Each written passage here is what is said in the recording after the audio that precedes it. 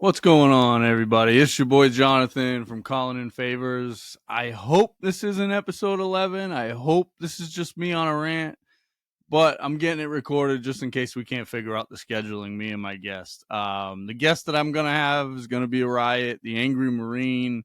Um, he loves to go on rants about different things. He's a Donald Ross expert, loves to play public golf.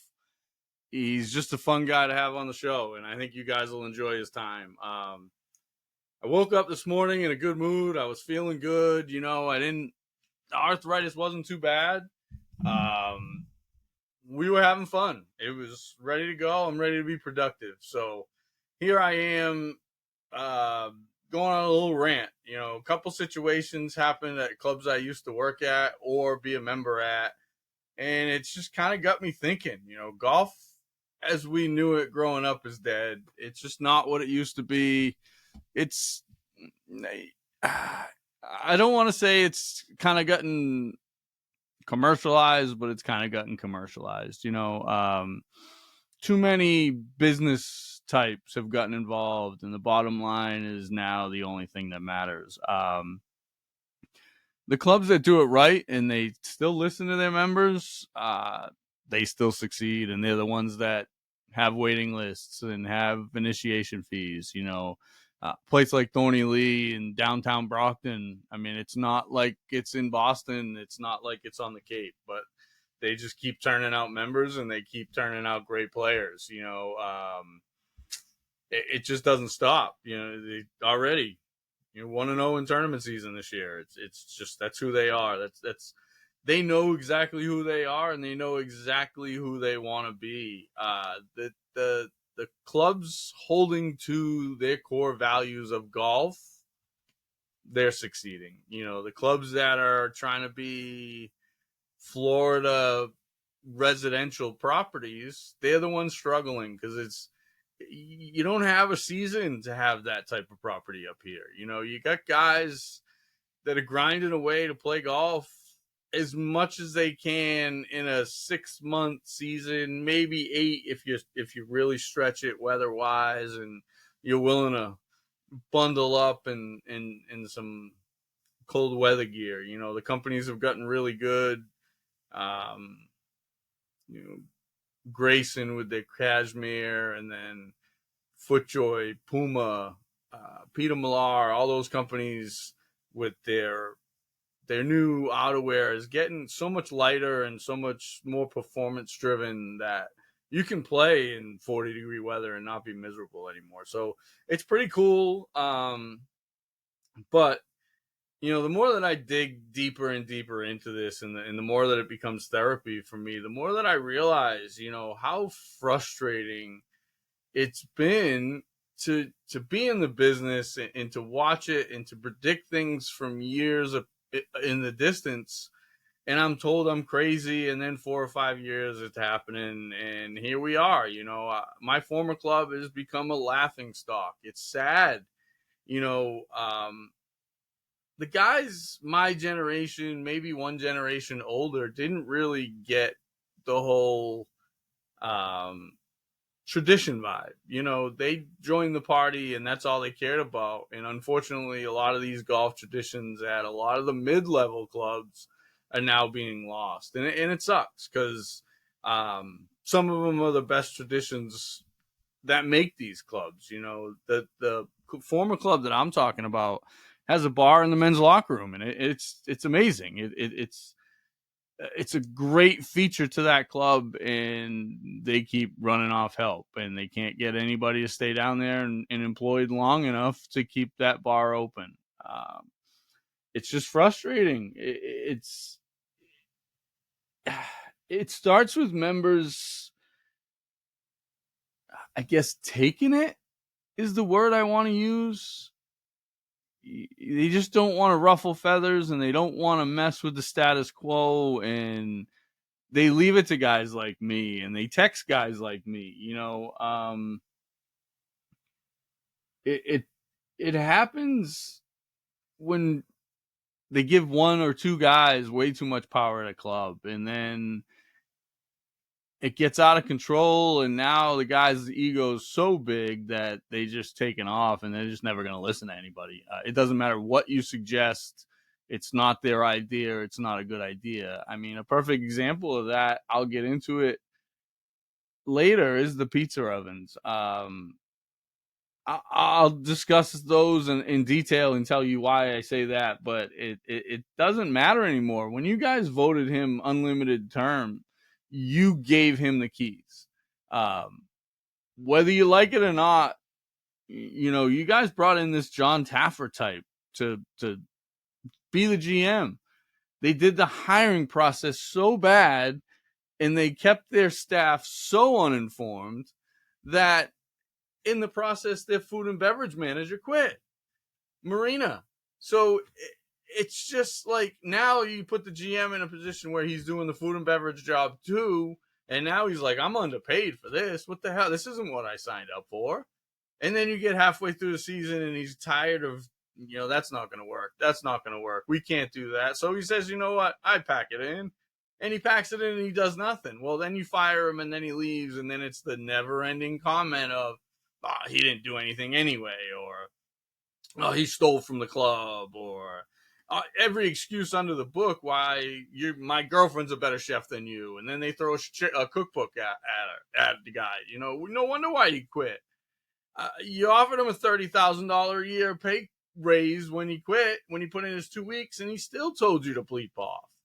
I just don't understand it. They just run through staff like it's McDonald's. They've been through 12 chefs, 10 food and beverage managers. We're on our third golf pro now since I've been a member. Mike, the down bar guy, retired, but he's bartending at a VFW in Rhode Island. How many golf pros, assistants, backroom guys? You had Ryan, who was great and would have been a lifer if you'd have just sat down and had a conversation with him. The kid would have been a lifer. He could have been a year-round guy taking care of the simulators and everything in the wintertime, but you wouldn't give him 5 minutes to have a conversation. Like, do you not see this? I just don't understand how the members continue to let you do this. And it's just frustrating because it happens at clubs all across the country. The guys that hire people to do a job and stay out of their way are successful. The guys that don't turn into Spring Valley, a.k.a. the Cape Club of Sharon. The second president, by the time he got in office, so many mistakes had been made, he had no chance. The club was gone. It was gone long before he got in office. The president before him made sure of that. I don't think he did it on purpose, but it happened. It's crazy. It's just, talk about a waste of money to go out and hire a John Taffer type and then not listen to the guy and not even value him for a year, not even a season. Did you guys value him? I get frustrated and I stumble, and that's where the podcast came from. That club and all the other clubs that I used to work at, just doing dumb thing after dumb thing. My first boss at Hyannisport Club got fired after 30 years because his assistants were bad-mouthing him. Well, yes, he was difficult on his help. I give him that. And the GM didn't like him, so he was looking for any reason to let him go.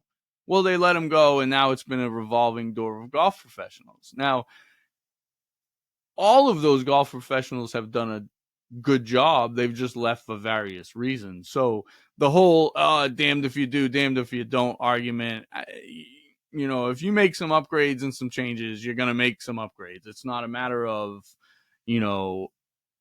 what to do. But when you guys voted the bylaws to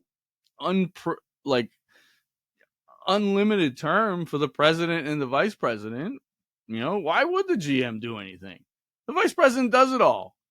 It literally goes around and does everything, including a new scorecard that is laughable. Like, do you golfers at the club not look at that and say, what is going on here? Can we hire somebody to take care of this club, to take care of this issue? I mean, it's as laughable as the out of bounds on 3. That's a safety issue. Come on. Like, what are we doing? It's just club after club after club that I've seen just fall to the same type of wayside, because these guys think they know everything and they know nothing. They know how to run a public golf course. That's it. A member reached out and joked about the scorecard. I can't wait to give a shot on 17 when the guy that I'm playing against lays up short of the water on a par 3. Come on. At some point, common sense has to get you to look at the scorecard and say, okay, there's no way the par 5 is the 13th or 14th stroke hole. Like, what? I mean, you said you calculated scores, but what scores did you calculate? Were they the sandbagger scores on 4, where the guy that's a scratch golfer knew he was given a shot and had no chance, so made 12? I mean, how many of those factored in on the number? It just, at some point, you have to stop what you're doing and say common sense needs to take over. It doesn't make sense. Last year, the president sent out a letter trying to deal with these handicap guys. Well, deal with them. Don't dance. Be an adult and call them out by name. It just sucks when we pussyfoot around things and nothing gets done. So, again, this is why I hope this becomes a rant and not an episode, because a guest will help rein me in. I don't want this to be angry. I don't want this to be upsetting. But when I'm going through all this and I write my outline and I write my notes and I send them to a different member and he says, spot on, I would say it's probably worse than you've described. It's a customer service issue. That's what it is. You've given him the club and you've become a privately owned, for-profit club with public golf conditions. I mean, maybe they're high-end public golf conditions, but they're public golf conditions. And the rumors are swirling about how much we spent on, or I say we, but I'm not a member there anymore as of March 31st. How much they spent on pizza ovens, but it doubles down on a mistake that they've already made. It doesn't matter how much they spent on pizza ovens. Listen, you built that monstrosity of a tent, and now you're scrambling to find any way and any reason to get members to use it. That's not what private clubs do. That's not what private clubs are about. Members first. Owners are for profit. They think of the tent being public and pizza ovens and things like that. That's a public golf course or a privately owned community where you want to keep those people on property. Who's going to sit at CCMB and order pizza? Again, I just messed up and said my former club. I'm going to try to edit that out. But again, it's a rant, and I don't think it's going to be an episode, so I don't really care. Who's going to sit there and order pizza? The same guys that are going to sit there and order wings. So now instead of selling 50 or 100 orders of wings, you now sell 50 pizzas and 50 orders of wings. So where's the profit? What's the benefit of a pizza oven? And what makes it worse is your house committee had a great idea of putting a fire pit out there by 5 Green, because the renovation that you did in the clubhouse, you no longer have a view of the golf course from any seat at any bar because of the tent. So the only way to sit, have a drink, and watch golf would be to sit behind 5 Green. Hey guys, why don't we put a fire pit in there and we can hang out by the fire pit and have some drinks? No, we can't do that. That's where the pizza ovens are going. It's baffling to me. It's so just day one non-golf professional running the place. It just baffles me. It's laughable what you guys have become, and it saddens me because now we're up to 4 or 5 guys that have been members there, and ladies. I apologize. There's ladies as well in this group that have been members there forever. And the word repeatedly used about both of my former clubs that I was members at is embarrassing. It's embarrassing. I mean, I haven't even got to the tea yet from the weekend. I'm still talking about like random craziness. Like, it's the stuff that I heard about this weekend is crazy. And you guys wonder why I have anger issues. Like, I'm just sitting here laughing at my notes as I look. Like, it's baffling to me. Like, it's just so funny. Like, it's just, how does a new member at a private club on a Saturday morning think it's okay to be out there playing barefoot, shirt untucked with your hat backwards? Like, how do you even think about doing that? To the point where when the member called me, I was like, no way, dude. Come on. It ain't that bad. We gotta confirm this. And I called 3 guys that he played with, and they all said yes. So the next day I decided to drive by on my own. So I went in, and on Sunday, I drove around. I drove by 9, 10, 12, 11 green, you can see 13, and then you go around and you can see 17 green, 3T, 18. There's no more fencing and no more trees there. So you can see pretty much the entire golf course. And I counted them, 12 guys with their hats backwards. I mean, now, I'm not Johnny Button Up and Golf Pro. I wear hoodies, and one of these 30-year members that I talk about that uses the word embarrassing, we had a conversation about that. We had a conversation about hoodies. And he said, John, I get it. I understand what you're saying, but I just don't like it. So now I'm no longer a member at that club. If he called me tomorrow and said, hey, John, you want to go play golf at my club this afternoon? Absolutely. And I'm not going to wear a hoodie out of respect for him and his opinions. That's what's lost right now. Everything's about the bottom line. And, the comments that I've heard from employees about the vice president, he can do whatever he wants. He spends the most money amount here. While we're nickel and diming, not changing cups, because the same part of that story, I laughed and chuckled and said, yeah, I mean, at least it was day one of the cups. And he said, oh, no, they didn't move them. Friday, Saturday, Sunday, he said, you should have seen them. They were ridiculous in a few spots, but you have to play them all 3 days. It's ridiculous. Like, that doesn't happen at the lowest level of public golf. I mean, the lowest level of public golf, you change cups 5 times a day, 5 times a week, 4 minimum. Maybe you leave it Monday, Tuesday from the weekend, you change it Wednesday, Thursday, Friday, and then you change it Saturday, Sunday for the weekend. But you're not going to go an entire Thursday, Friday, Saturday, Sunday. No, Friday, Saturday, Sunday without changing whole locations. And it just baffles me that you guys are okay with that as members. You deserve so much more. And it's crazy. But again, there's so many different levels and types of golf courses. It's tough for the new golfer, especially, to understand the difference of running each. There's, you got the Daily Fee par 3. Palm Beach par 3 is one of my favorites. Every time I go play in West Palm Beach, I go play Palm Beach par 3.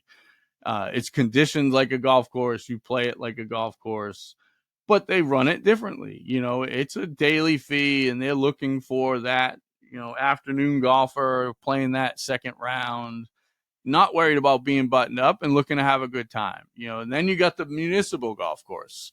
That's the one, it's the one you wear shorts, you wear flip flops, you let it rip, you have a good time at that one. Not that you disrespect it, you still treat the game the right way, but that's the one that,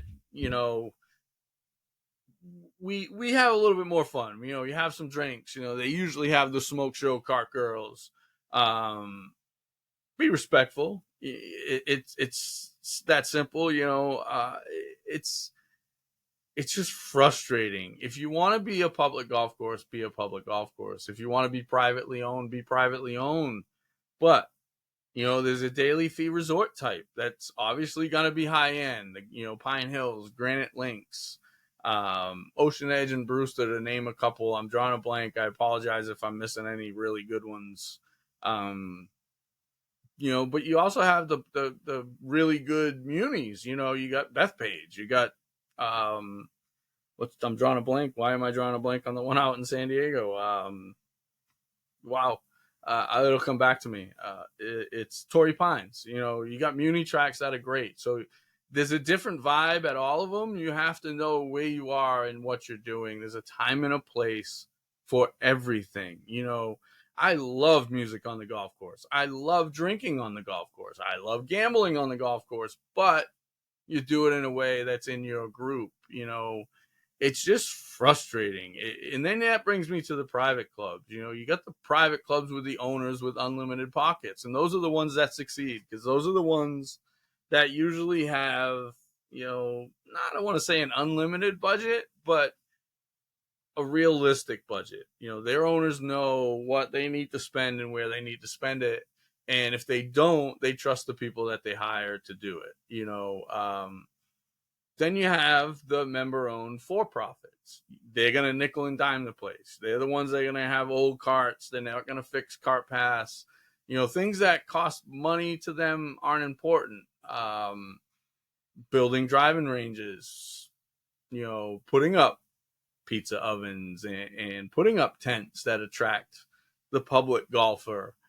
That's huge to them, especially in a place like Florida, North Carolina, Georgia, southern states where people are living on property 12 months a year, and you want them to stay on property as much as possible. Excuse me. You do pizza ovens and you do tents and you do all these fun things. You do things to maximize value out of what you're paying for, what you're buying, right? I never had a problem with the owners of my former employee taking money. I had a problem with the timing of it. They never told us it was coming, and they just took randomly. I think we would have survived, and I think we would have done a lot more business had we been stable enough all the time to not go on credit hold and not have to have customers waiting. But again, that's their business. It's their priority. They own the business and they're there to make money. I have no problem with that. I just think there's a way to do it and a way not to do it. And the more often that you do it the right way, the more often your club and your business is going to be successful. That's all. I mean, that's my only thing. But the frustrating thing is I keep seeing so many of those mid-level member-owned clubs. Spring Valley is a perfect example. It fell into bankruptcy, and the 100 years of back taxes that they would have had to pay for that property because they're nonprofit, were waived because it was a foreclosure. It's just crazy. That's the only way they can buy it, and that's the only way anybody would have been able to buy my former club. But you guys just gave them the keys and didn't think about what you were doing. You got to remember, at a member-owned club, the member that you're accusing of an infraction is as much of an owner as you are. Yes, you've been voted on the board by the membership and you speak for the membership, but you're not an owner. You are a board member that is voted on for the members, by the members. Too often, outside agendas come into play with voting and board members and changing things as important as bylaws. It's crazy, some of the tradition that's being lost, and it's sad. A lot of former highly regarded member-owned private clubs have now become either semi-private or privately owned, that nickel and dime where it's always a battle. I don't mean to throw LeBaron Hills under the bus, but when I was living with your cart girl at the time, your members were going to Pecoy to go eat lunch because you wouldn't open the bar early enough for them. So that's the type of scrabbles that happen between member owned and privately owned clubs that it's just not for me. If I'd have known the place that I was gonna join was basically it's privately owned right now. Those two have unlimited power, unlimited reign. I never would have joined. But once I was there, I realized, yes, it's public golf conditions, but it's really high end public golf conditions. Um, so it's worth being there with it soft and slow because I was dating a girl that worked there, and when they offered another deal, the second 3 years was a no-brainer. The golf course was good enough, but by that point, the damage was done. They had disrespected me. They clearly weren't listening to anyone, not just me. They don't listen to anybody. 99% of the membership wants OB gone on 3. The new pro, from what I'm hearing, wants OB gone on 3, but you got Dumb and Dumber that think it's a security, and it's not a security hazard. It's you don't want guys hitting it down there because you got beat once or twice and now you're sulking. Dude, get over yourself. Again, I don't want to be negative, but it's just frustrating when you're 100-year-old Donald Ross, and don't even get me started on that detail. If you start doing the research and going down that road, you better be darn sure you want to devalue the club by giving up that name. You can laugh and chuckle all you want, but you go to the bank and get valuation of a Donald Ross layout or a Willie Park Jr. layout in the same conditions, the Donald Ross is going to be worth about $1 million more. It's that simple. So I don't mind doing the research, but you better be 100% sure. I'm still hearing that there's no, hard, fast proof that it's not a Donald Ross, and we've been saying it is for 100 years. So why are we going down that research road to try to change our minds on that one? It's just crazy. Like, these are things that non-golf people don't understand. If you're not in the golf industry, you don't understand how important these things are and how valuable these details are. Could you imagine a golf pro or a food and beverage manager from my former club putting up an advertisement for your biggest event, the 4-ball, with the wrong dates? And then when somebody points it out, they don't take it down. They don't make arrangements. They don't stop what they're doing and fix it. They comment and say, I've been out of town for a few days. Ha, ha, ha. I'll fix it when I get back. The golf pro would have been skewered. No questions asked. He would have been roasted. He would have been looking for a job. But you just laugh it off. Ha ha, yep, I didn't know what I'm doing. Guys plan their vacation around that event, and you're going to F it up and just laugh it off. It's just, you're just clearly not qualified to do what you're trying to do. Everything. Stay out of it. Stay in your lane. When needed, people will ask. It's just so frustrating. It's crazy. And then they leave and you trust the employee, you trust the member. The member, he doesn't spend any money. Yes, he does. He spends exactly what you asked him to spend. $3,500 a year and $125 a month. You made the choice to let him use it on carts and everything else. Look at the tent. You call me a complainer, right? I get labeled a complainer. I complained about one thing, the public golf greens, right? That was it.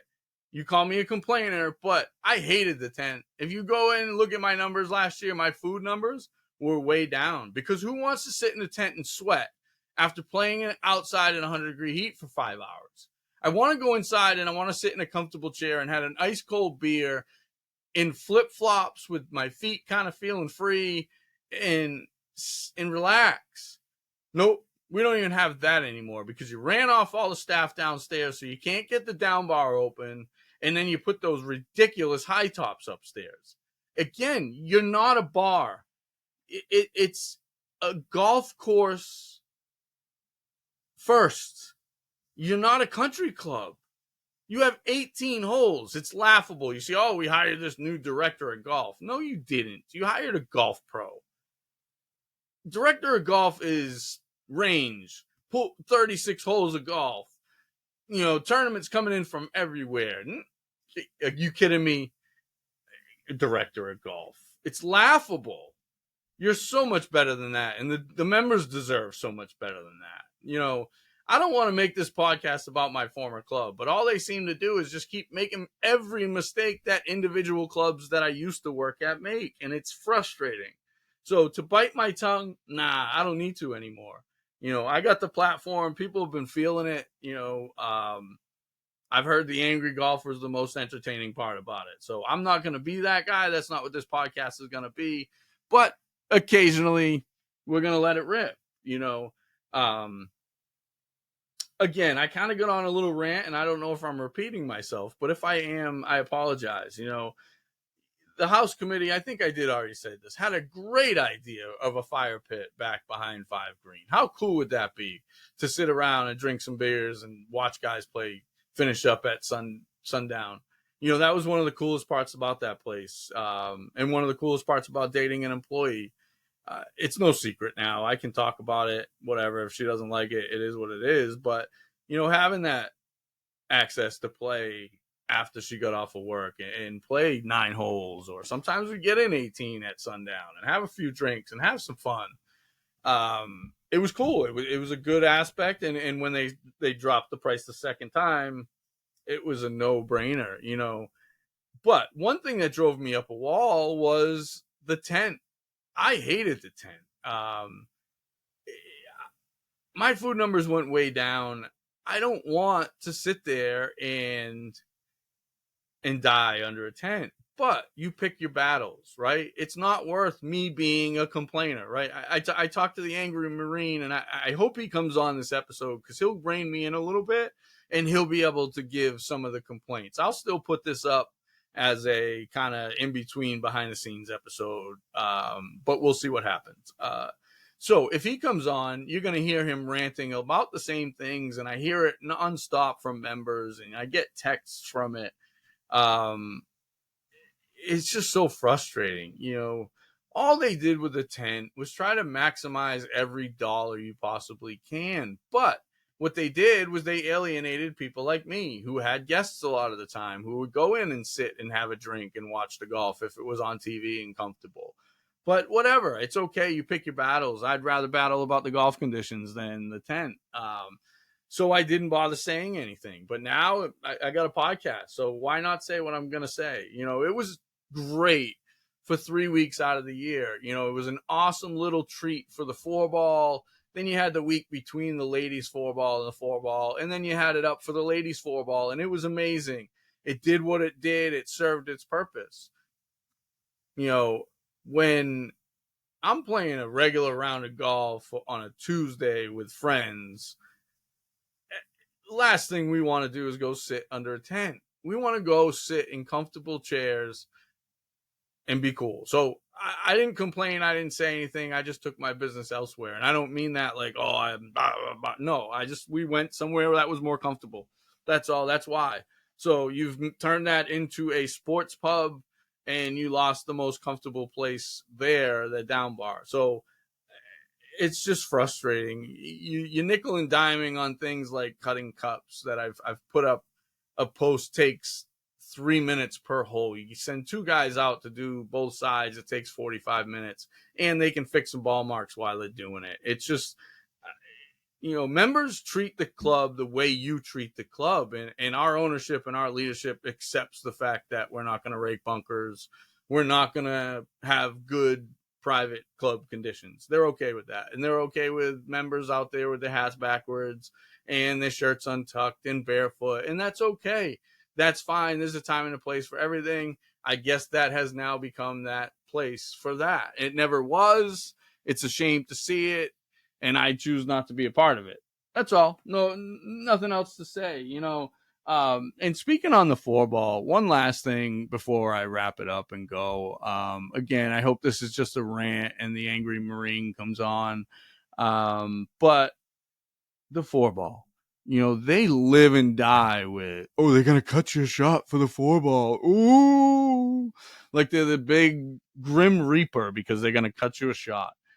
It's just so frustrating. It's like, what does one have to do with the other? You're going to cut me a shot? Awesome. Cut me a shot. I'm a scratch. That puts me at +1. That means my 8 handicap partner now gets 9 every match. And now he gets one, or my 7 handicap partner now gets 8, and he gets one on that ridiculous par 3. That's now the eighth stroke hole. Do you not see how one action has effect on a reaction? They live and die over the 4 ball. Like, it's this US Open. Yes, it's a great event, and it's an absolute blast. I would never badmouth that event. And if somebody wants to invite me this year and I'm not working, or I am working, whatever's going on, maybe I play. I don't know. But again, they'll probably tell me I'm not allowed on property, because that's what owners do. They have authority to do that. Again, even though I'm friends with 90% of the, actually not 90%, I know 90% probably hate me, but the friends that I am friends with, I'm close with. Whatever. The ones that hate me, you hate me because you're a pussy and won't stand up for yourself. So be a sheep if you want. You spend 15 grand a year to play public golf. You know what? It is what it is. I'm going to leave this with fire pits and pizza ovens at a golf course that has public golf conditions. Is that really what's important right now? What's important is getting the golf course back to what it should be, getting your membership back to understand what that place is, and moving forward. But unfortunately, too many clubs throughout the country fall into the same situation where they have a dumb and a dumber. Until next time,